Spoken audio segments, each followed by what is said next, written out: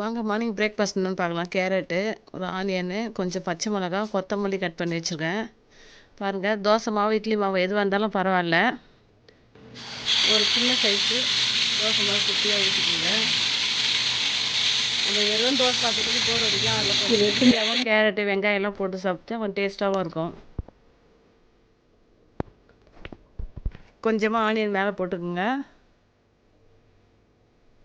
பாருங்கள் இப்படி போடுறேன்னு சொல்லிவிட்டு அதுக்கு மேலே கொஞ்சோண்டு கேரட் துருவல், லைட்டாக பச்சை மிளகா,